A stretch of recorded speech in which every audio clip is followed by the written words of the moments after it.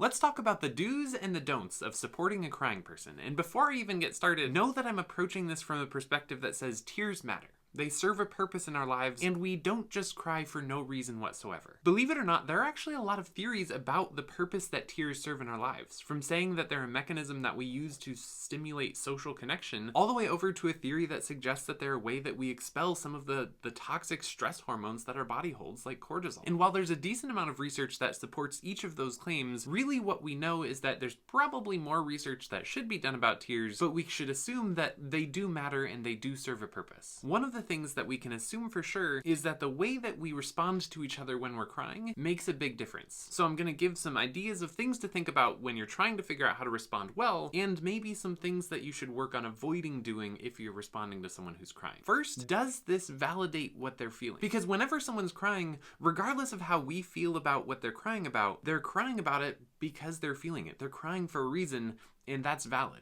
Again, regardless of whether or not we disagree with it. Two things that we could say to validate what someone else is feeling when they're crying are, it makes sense that you're feeling that way, or it's okay to feel the way that you do. In contrast, it's always good to make sure that we're not dismissing or invalidating what someone's feeling by saying something like, get over it, or you're gonna be okay, or everything happens for a reason. When we say those things, we kind of make it seem like whatever they're crying about, which is a big deal to them in this moment, shouldn't be, which isn't a great thing to feel when you're the person who's crying. Another question we should ask ourselves when we're thinking about how to respond is, does this honor this person's vulnerability? Because often, for someone to cry around someone else, especially because there's kind of a stigma around crying, it takes a lot of vulnerability, and it's good to recognize that. And we can do that by saying things like, thank you for sharing this with me. Or even something like, it's so good that you're allowing yourself to feel this. When we choose to honor what someone's feeling and to honor the person for allowing themselves to express that, we actually speed up some of the process of healing because we don't push them to get out of what they're feeling or to even shame themselves for it. Which brings up one of the mistakes that's very easy to make when we're responding to someone who's crying, is that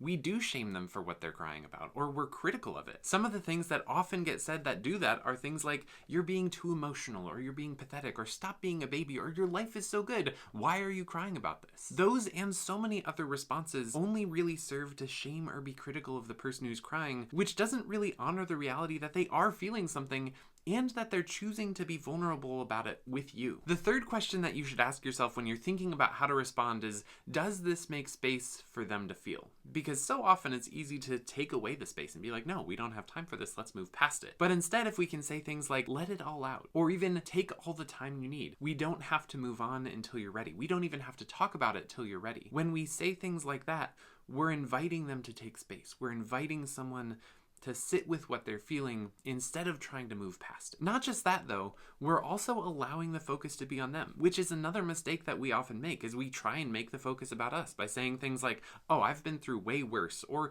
I don't have time for this, or even something like, I know exactly how you feel. When someone is crying, it's so valuable to allow them to take up the space that they need, and it's so easy to take it ourselves because that's just one of the things that we naturally do as humans. So in summary, the three things that you want to ask yourself when you encounter someone who's crying, you want to give them a space to share and feel and process are, does what I'm about to say or do validate their emotions? Does it honor their vulnerability?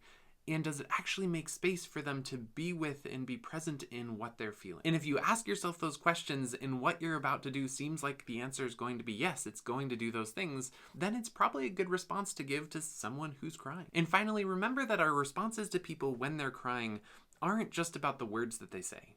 They're also about our demeanor. Does our tone of voice represent gentleness? Does it represent compassion? Because when we're able to have a gentle and compassionate demeanor, sometimes even if we aren't sure what to say, by having that demeanor, whatever we do say ends up being the right thing to say. Because at the end of the day, if you encounter someone who's crying and you allow them to be in their emotions, to be in their tears, and then you also join them in that, that's probably the thing that's most likely to actually enable them to feel what they're feeling, process it, and work their way through it and come out on the other side feeling supported and even cared for.